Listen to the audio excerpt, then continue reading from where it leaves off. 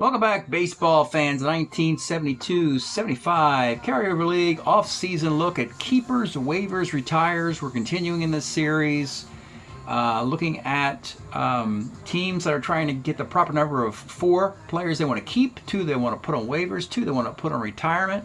This is an incomplete process.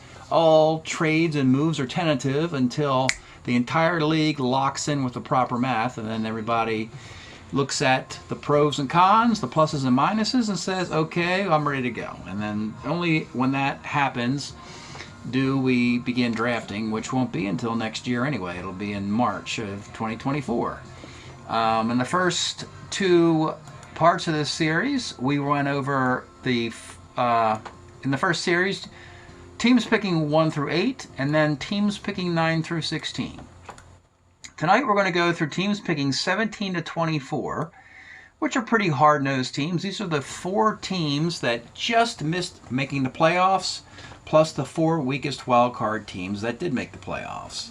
So it would be, in this case, you're looking here. Tonight we're going to look at some of the moves between Minnesota, Cleveland, St. Louis, the Expos, Portland, the Cubs, the Yankees, and the Blue Jays.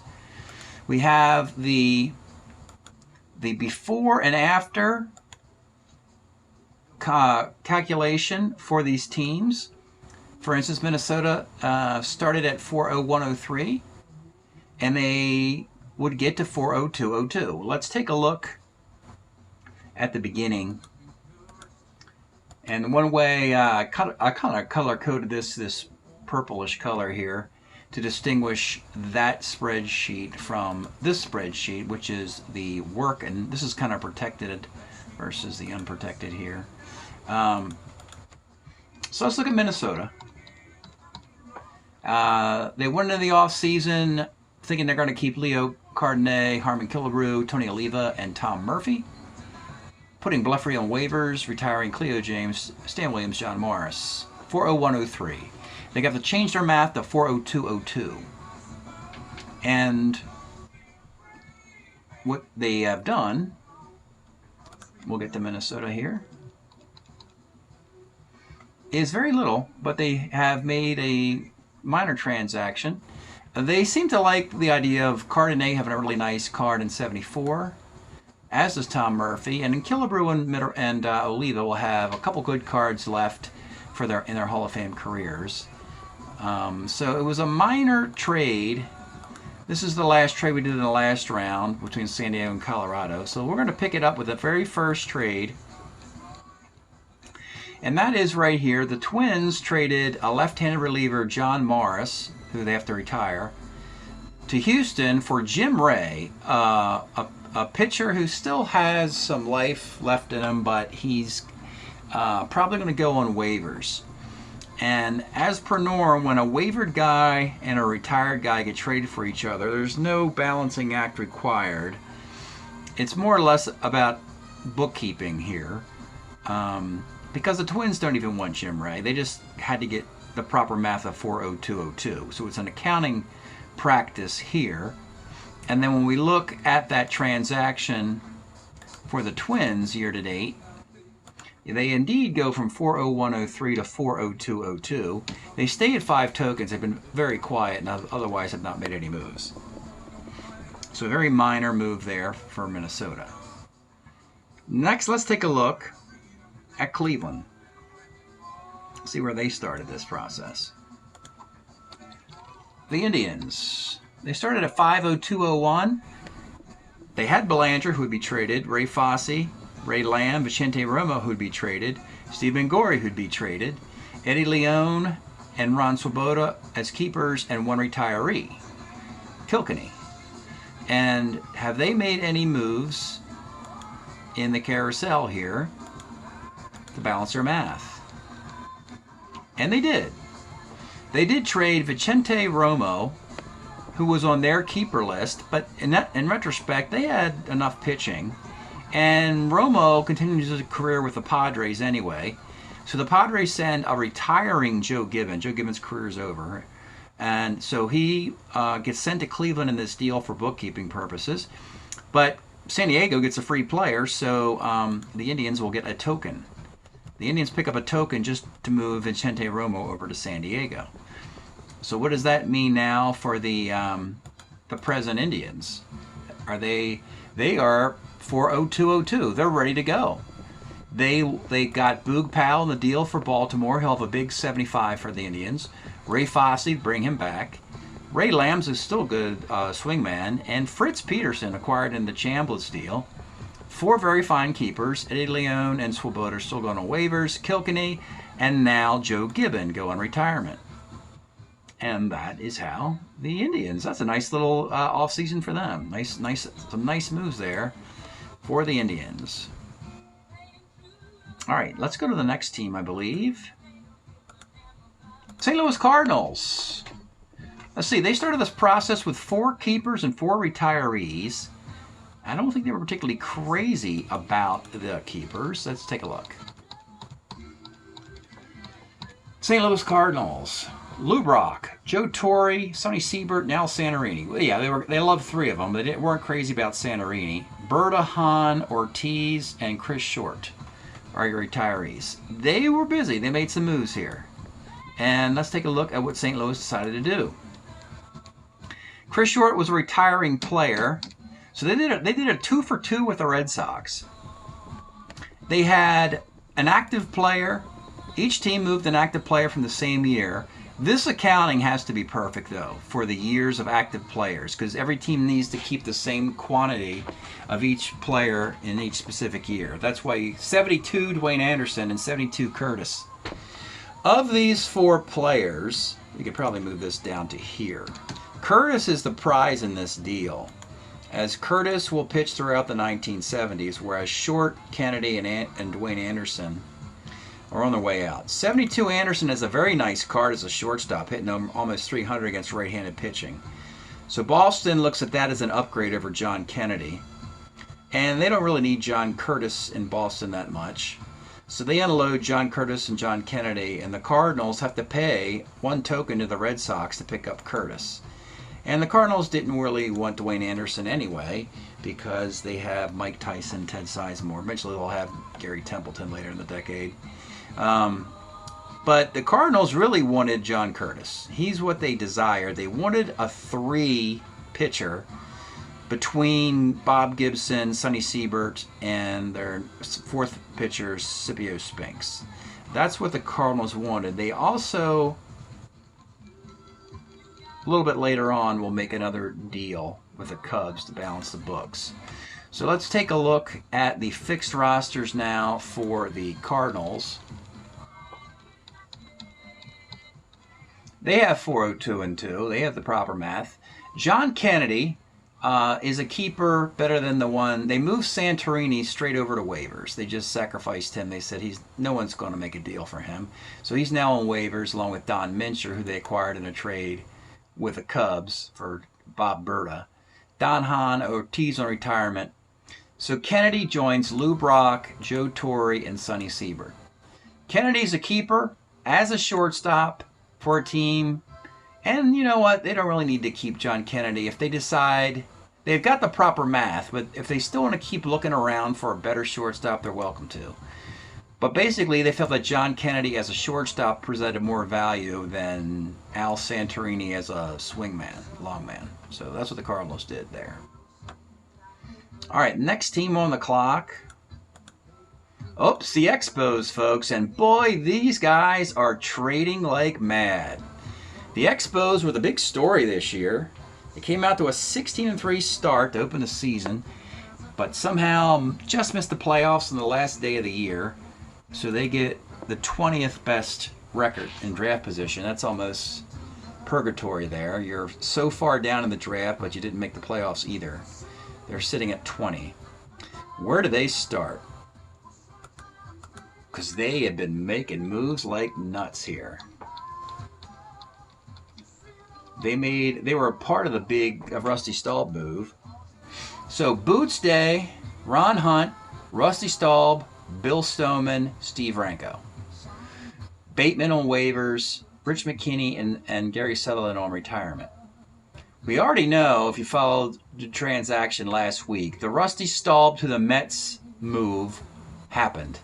He was moved to the Mets. And now when you look at the, well, we have to show you the big blockbuster trade that was just made. Let me show you the math first. They started at 501.02. They're now sitting at 403.01. But to get to this 403.01, we have another big blockbuster trade. And here it is, folks. The Expos and the Orioles. And here we go. Let's take a look at this one. I think the Expos did themselves pretty good. I think the Orioles did themselves pretty good.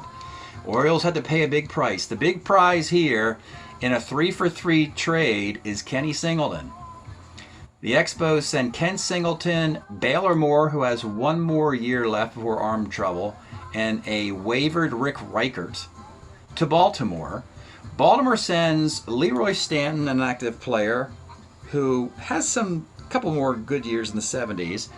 But Dave McNally, this version of him is much better than the version that Baltimore ultimately sent to the Expos back in the 1970s when Singleton and Dave McNally were the principals of the deal. It was a one-sided deal, and Baltimore took advantage of the Expos. Here, the Expos are going to get Dave McNally with a 1972 and a 1973 card, which are very good. Plus, they're going to get 73 Bob Reynolds, another active player with a 1.90 ERA out of the Baltimore bullpen. Plus, they're getting a token from Baltimore on this. And now when you look at it, it almost looks one-sided that the Expos are winning this deal, because they're gaining a token here, and they're getting McNally and Reynolds, and Stan's okay. But the ultimate equalizer is that Ken Singleton will play for Baltimore all the way through the early 80s, and they get him in it with his 73 card with the Expos. So they don't have to change Singleton's card right now. Baltimore can go right into this card. So let's take a look at the... And they also, one more trade, I got to announce this one too. So Kranepool was the guy that they picked up from the Mets to get Rusty Staub. So an interesting move here, their Canadian neighbor, the Toronto Blue Jays, they traded Ed Kranepool to the Blue Jays for Don Clendenon. This is, if you've been following the league, you may find this humorous as the Blue Jays collect New York Met players. They collected Tommy A.G. a few years ago. They collected Clendenon last year. However, Clendenon is now a guy they put on waivers because his career is winding down. But they were able to parlay that into Ed Kranepool, who hits 374 and 75. So the Expos get a token for that. Toronto has to pay for Ed Kranepool because Kranepool's got a couple good years. So when all is said and done, let's look at the Wheeler Dealer Expos and where they sit after all these moves. First of all, they've been accumulating all these transactions with the Mets and the Orioles and the Blue Jays. The Expos have 5, 6, 7, 8. They have 10 tokens now. And that is a record number of draft moves and draft picks. 10. Most teams start with 5.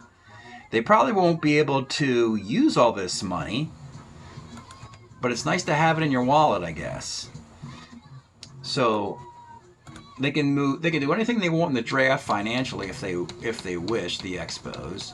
And now when you look at who they're keeping, it's a nice collection of guys. Ron Hunt is going to be there another year. He's got a nice year in 73. Bill Stoneman went to the All-Star game for the Expos in 72. Steve Franco has a nice year in 3 or 4.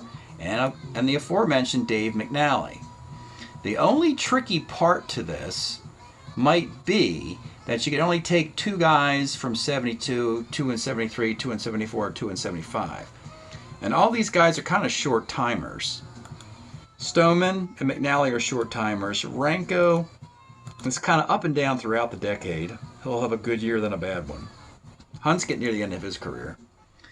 The wavered guys are Bateman. Boots Day was once a keeper, then they realized that nobody wants Boots Day, so they put him on waivers. And there's Clendenon, where Kranepool's spot used to be. So they're sitting at 403.01 are the Expos. Nice little offseason they're having.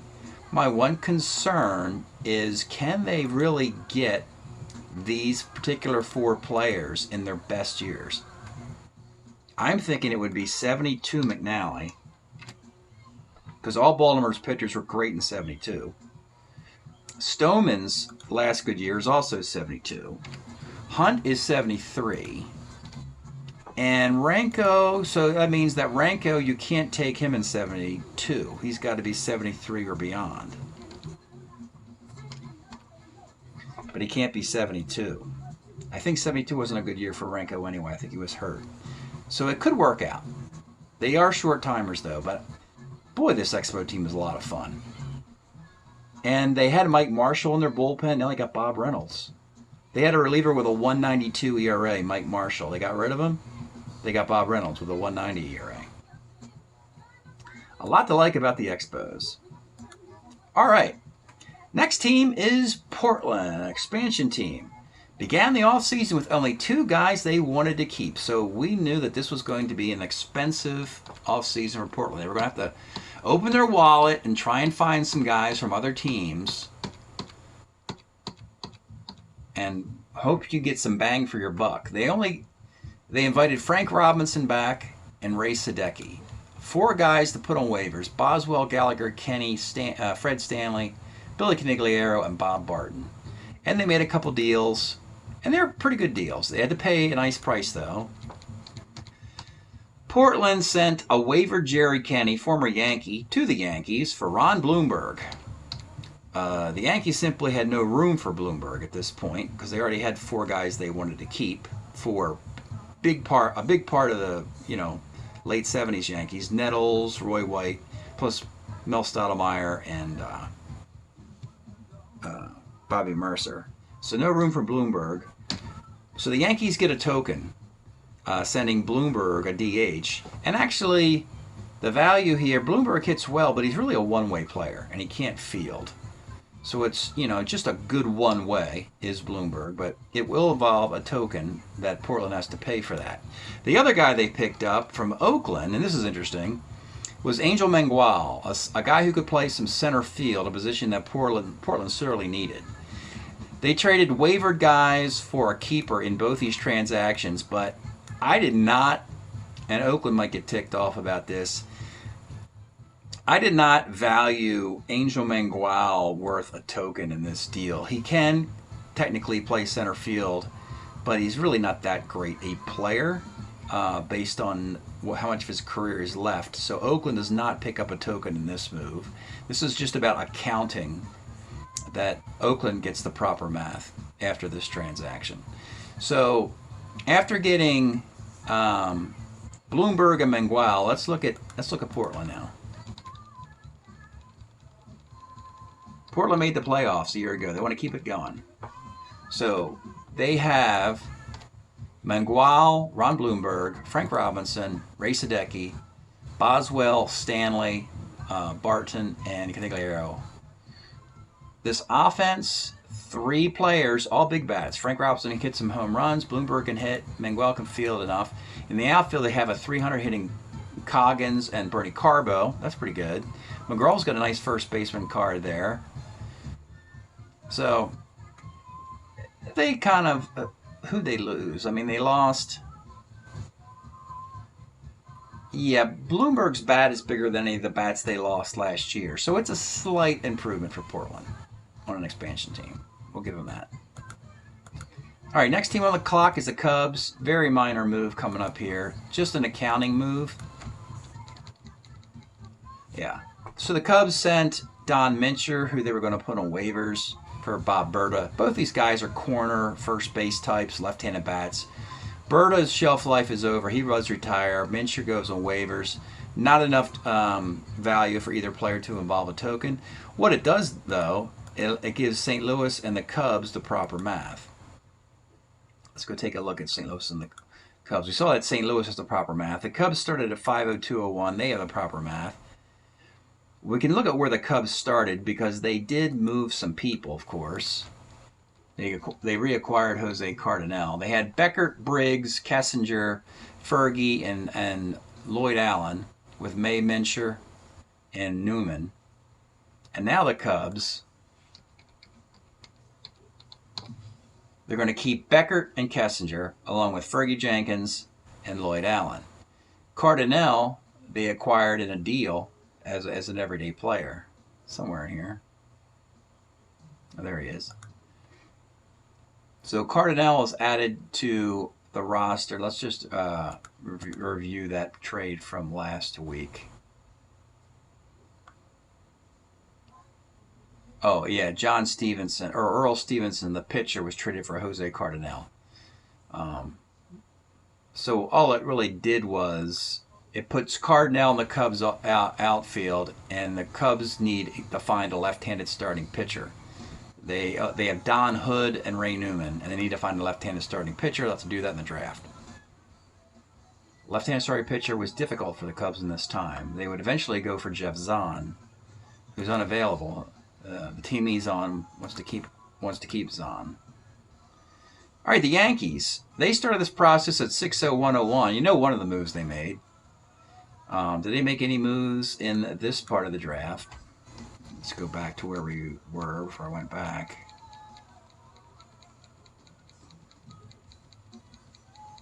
There's the Portland trades and the Cub trade. Yeah. So the Yankees made one more move to balance the books. You know they got rid of Bloomberg. They also... Etchebarren was part of that big trade where the Yankees, Orioles, Indians, Houston, and the Reds did the big blockbuster deal. Let's just kind of review that again since we're up here. Way up here in the beginning of this, we had this big blockbuster deal. The Reds, Astros, Orioles, Indians, and Yankees. The Joe Morgan deal where everybody moved players around and picking up tokens and picking up players. This was a fun, crazy. This was like the crux of my time in the off season was moving these pieces around in this deal, and everything else has been somewhat inconsequential in comparison to that. So anyway, so they had Etchebarren. They didn't want him. They already had Thurman Munson. So they sent Etchebarren to Colorado for a retiring catcher, Jack Hyatt. No tokens again. But there was a cool little caveat to this deal. That Colorado, the waivered Andy Etchebarren, turns out Colorado wants to keep him. You could do that if you want. So, yeah, Etchebarren was on waivers, but when looked at from the spyglass of the Rockies, they said, no, we want Etchebarren. So they're going to keep him with Kingman, Gagliano, and Dave Duncan. So they have a couple catchers. And it's funny, they retired a couple catchers in the offseason, J.C. Martin and Jack Hyatt, and they replaced them with Andy Etchebarren and Dave Duncan. That's a story for the Colorado Rockies. We're still talking with the Yankees, and I think that is that's the last move of this evening here with the Yankees. Let's go look at this again. Toronto is team 24. We can look at their what they did at 30302, where they started. We know that Cranepool was their big prize. That's kind of a big deal for Toronto. A 300 hitting outfielder to join Mike Long. They haven't had a 300 hitting outfielder. Even AG doesn't have 300. So AG, Milt May, Clyde Wright, good players. I wouldn't call them great at this point of their careers. Actually, Milt May would be ascending. Clyde Wright be on the downhill. AG definitely on the downhill.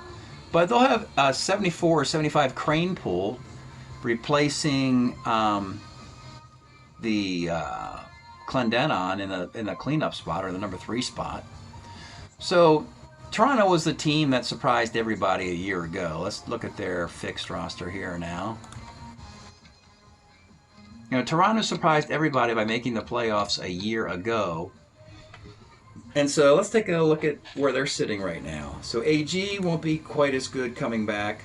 Cranepool's bat will be better than the bats that was there previously. Milt May will lose some power. Clyde Wright will still be good. Hallinier going on waivers, and Joe Grisenda, this is a critical loss here. They have to put their all-star closer Grisenda on waivers as his career tapers off. They have Clyde Wright, Jerry Royce. They have to find a left-handed reliever. It doesn't have to be a closer.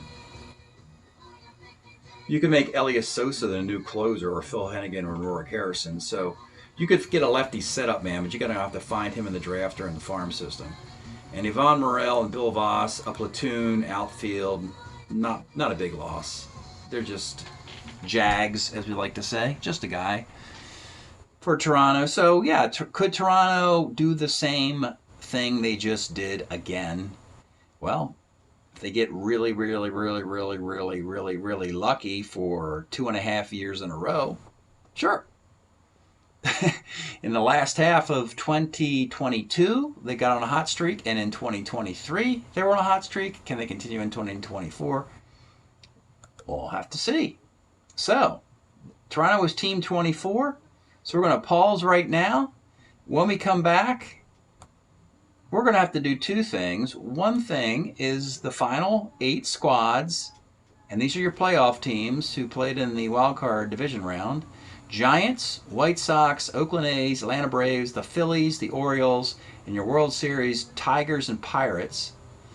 They're going to have to make their moves. And the other thing is we're going to have to also get our accountability to the proper math, where everybody has 4 keepers, 2 waivers, and 2 retires.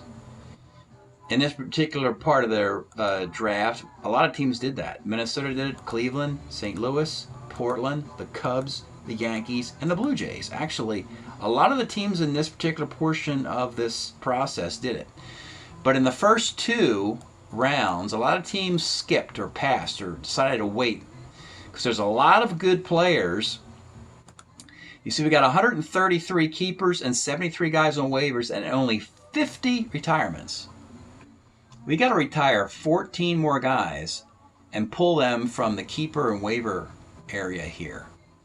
So a lot of these teams who've been waiting might have somebody fall into their lap for free without it costing them anything. So we'll do that next week when we wrap up this stage of the off season of keep, waive, and retire. Hopefully, that's the goal anyway. Hopefully next week we can get to 128 keepers, 64 waivers, 64 retirements. This number right here. That is 32 teams. 32 times 4 is 128. 32 times 2 is 64 and 64. And that's the proper math to go into a draft with. That's it tonight for Keep, Waive, Retire. Thanks for checking this out. We'll see you next time.